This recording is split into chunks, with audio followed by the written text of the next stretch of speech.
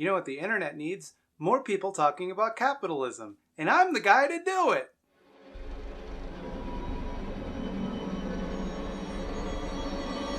Hello, Conrads and non-rads alike. Welcome back to Q and Anarchy, the only discussion of politics anyone has ever had.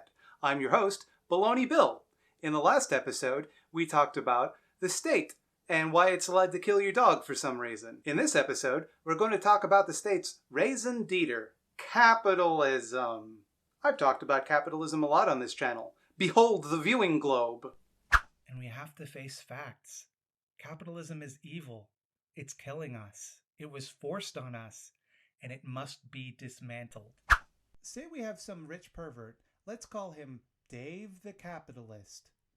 Under capitalism, Dave gets to buy the factory, assuming he has the capital to do so. But let's accept the premise that capitalism lifts people out of poverty for a moment, even though it's absurd. Why is anyone poor in the first place? Why do they need to be lifted out of poverty? We have everything we need to end poverty right now. Today I want to go a little deeper and explain why capitalism is inherently oppressive and can't be anything else. Now, chances are, unless you already agreed with that premise, you're already mad at me. And I understand that.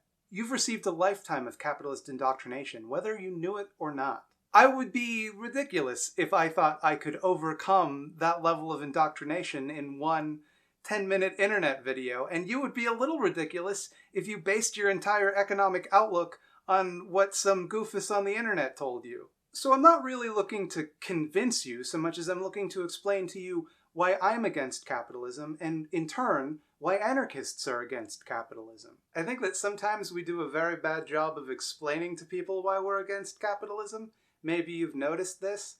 Maybe you've noticed that sometimes when leftists tell you why they're against capitalism, they do so with a little bit of sneering condescension. Let's face it, advocating for capitalism is the default position in our society, and you're not really going to convince people to give that up by being a dick to them. So in this video, I'm going to do my best not to be a dick to you, but some of my natural dickishness might bleed through just a little bit, and I apologize for that. I really shouldn't be talking about bleeding in the same sentence that I said dick so many times. Also, this is a very big topic that a lot of very smart, but more importantly, very, very wordy people have written a great deal about, and I'm not going to be able to summarize the entirety of the socialist objection to capitalism in one video. This is a very bare bones, like, if you've never heard of the subject before, overview of the issue. So please keep that in mind if it seems like I'm being overly simple or reductive. So that being said, capitalism. It's an economic system based on the private ownership of the means of production, which is a nerd way of saying the stuff that people need to live and the stuff produced by that stuff. Things like factories, or tractors, or corn, you know, stuff you need. In capitalism, things are produced to become commodities, which is to say, something created so that you can use it to make a profit, not something that people necessarily need. Which is not to say that people don't need commodities, they often do, but that's not the purpose of their creation under capitalism. The purpose is to generate profit.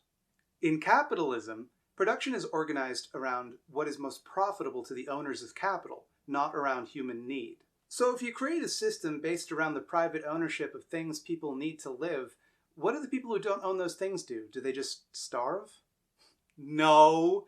Don't be ridiculous. Only about 11% of them starve. The rest work for wages, which means that they sell their time and labor to someone else for a paycheck. And here's the thing. They can then take that paycheck and go to the store and exchange it for the things that they made. Wait, hold on. You're telling me all you gotta do is labor and some capitalist chump is gonna pay you for it? Excuse me, I would have had to labor under any economic system, and this guy's giving me money for it? What are you complaining about, socialist? Sounds like a pretty sweet deal. Well, there's a catch. Remember, production is based around what's profitable for the owners of capital, not for the people that produce things. Wage labor only makes a profit if you produce more than you're paid in return. Your boss subtracts the surplus value, meaning the difference between what you're paid and what your work is actually worth. That means you'll never actually be paid what you're worth as long as you work for a wage under capitalism, because if you were, there'd be no point for the capitalists to employ you. Markets thrive on competition. It's what keeps them young and healthy, and gives their coats that glossy sheen. In any given industry, there's only so much market share to go around. So if you want some of it, you have to compete with everyone else in that industry to get it. And there are only two ways to do that. One, create a more desirable product, which can be difficult because there's no guarantee that your superior product will sell better than an inferior competitor with a better marketing system or more brand familiarity. And some products really can't be improved that much. Two, reduce production costs. That means reducing wages. That means that anyone who wants to make a profit is incentivized to pay you as little as possible. You might notice that productivity has been skyrocketing since before I was born. However, minimum wage, relative to inflation, has not. How did that happen? Did a bunch of capitalists get together and create lobby groups and decide to change all the laws without any democratic oversight? Yeah, they did. Now, here's where it gets a little confusing. Leftos like me refer to the right for people to own the means of production privately as private property. And that's what we mean when we say that, not your house or your car or your collection of Hatsune Miku vinyl figurines. Those things are your personal property, and we don't want to take those. We know what you did with them. Point of fact, we don't really want to take people's private property either. We just want to make it available to the whole community, not just whatever dork owns it now.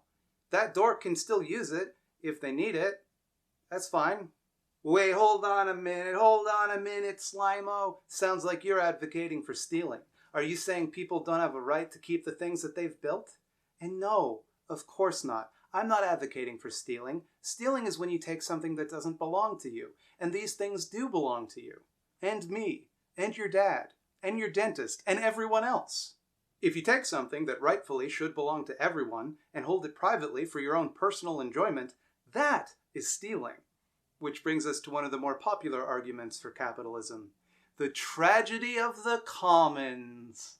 The tragedy of the commons is a fairy tale designed to scare you out of collective ownership.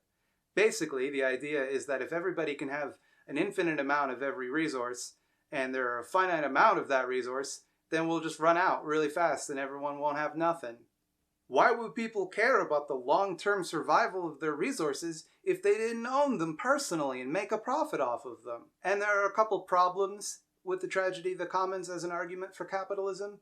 Like, firstly, it kind of assumes that human demand is infinite. If there's a commonly owned apple orchard and I can have as many apples from it as I want, how many apples am I going to take? All of them? No. I'm going to take, 3? I don't want infinite apples. I can't eat infinite apples. And I can't sell the apples because no one's going to buy them if they can have as many as they want for free either, so it's fine. Secondly, it also kind of assumes that collective ownership is like an untested new idea that's never been tried before, but of course it has. Now, history buffs will know this, but there's actually a really good example of collective ownership of the means of production being used in the real world. And it worked really, really well, and it was stable and economically viable.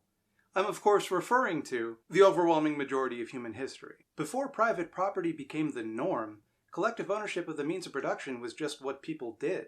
But then gradually, thanks to enclosure agreements, state cronyism, and lots of genocide, this public property was parceled out to become the personal fiefdoms of a few rich dinglings.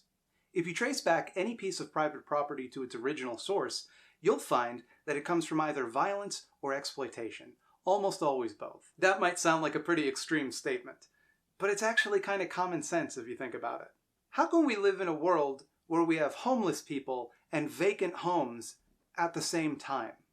Do homeless people just inherently respect people's right to own multiple houses and keep them empty in case they might want to sell them later? And they're so committed to this right that they're willing to freeze to death on the street? No. They don't go in those houses because if they did, they might get arrested and beaten up by the police. That's the way the law works. Now ask yourself, who wrote those laws? Was it homeless people, or was it people with lots and lots of property to protect? Come to think of it, how did that person end up with lots of property to protect? Did they build it themselves? Did people give it to them because they just thought they might need it? No, they bought it with stacks and stacks of that nasty cash.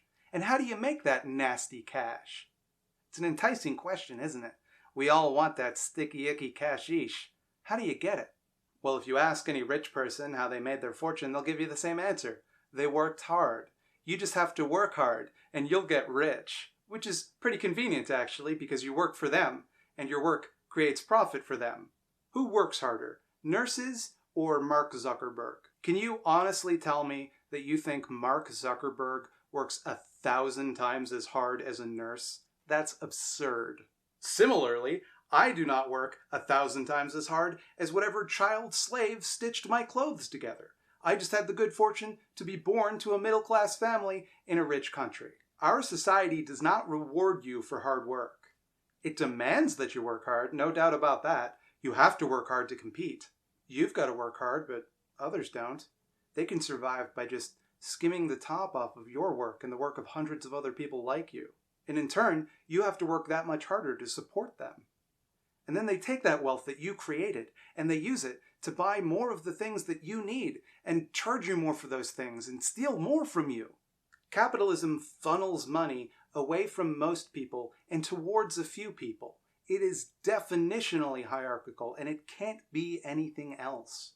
Capitalism is a textbook model of an unjustified hierarchy, and it's fundamentally incompatible with anarchism, and oh god, I'm talking about them again, aren't I?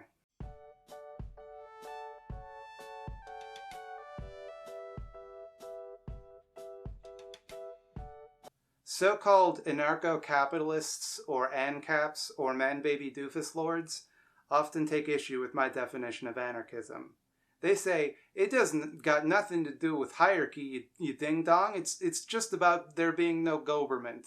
They know that because that's what they assumed, and they didn't check to see what it historically had always meant. And on that basis, they often ask, hey, you dang socialoid anarchists, how come you won't work with us to get rid of the state? That's our common goal, right? And no, it's not. Because you don't actually want to get rid of the state. You can't have capitalism without private property, and the only way to defend private property is through the violence of the state. In the absence of the state, people aren't going to be willing to starve to death because some richo won't give them food. So how then do ancaps reconcile this fundamental contradiction? Well, firstly, they fail to acknowledge it. Then, if they're forced to, they just insist that you can privatize the functions of the state. So, instead of having a police force, you would have private security. And instead of having courts, you would have private dispute resolution organizations. And instead of having, like, a president, you would have your feudal lord, because that's feudalism. You're talking about feudalism. I'm so tired of these jackasses hijacking my video. I don't think that whether or not people should get to live comfortable, healthy lives should be left up to the whims of the market. You know the market, right? It's all around us. It observes everything with its all-seeing eye, guides us with its invisible hand. Do you think you're free? No, my friend. Only the market is free. The market is freedom. It's infinite growth in a finite world. That which grows must consume. And to grow infinitely means one must consume everything. Is that ethical? Can there be ethical consumption under capitalism? Don't worry about such things. The market is above such petty concerns as good, evil, joy, suffering. We can't control it. We can't even understand it. It is beyond the understanding of God. We can't dare to correct it. It corrects itself. It makes itself perfect. And as it consumes us, we become perfect. And as it consumes everything, everything becomes perfect. And as the last embers of our dying world fade to ash in the clutch of the beautiful, invisible hand of the market, it will have made itself free. Truly free. Or we're going to do socialism. Next episode's about the police.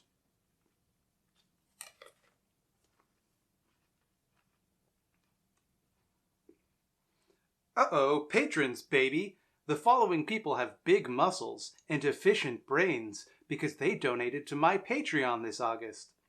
We got Ryan William Cox, Mike Yocom, some random leftist, Julian Colin, Chorham, Samael, Ian Thompson, Emily Marigold Klassen, Nestor Ivanovich, Reek Carter, Lawson, Neil Zabildgard, Lisa Antonelli, Kristen Roars, Nick Svert, Michael Hollenbach, Chutney Ferret, Colin McIntyre, Dilverin,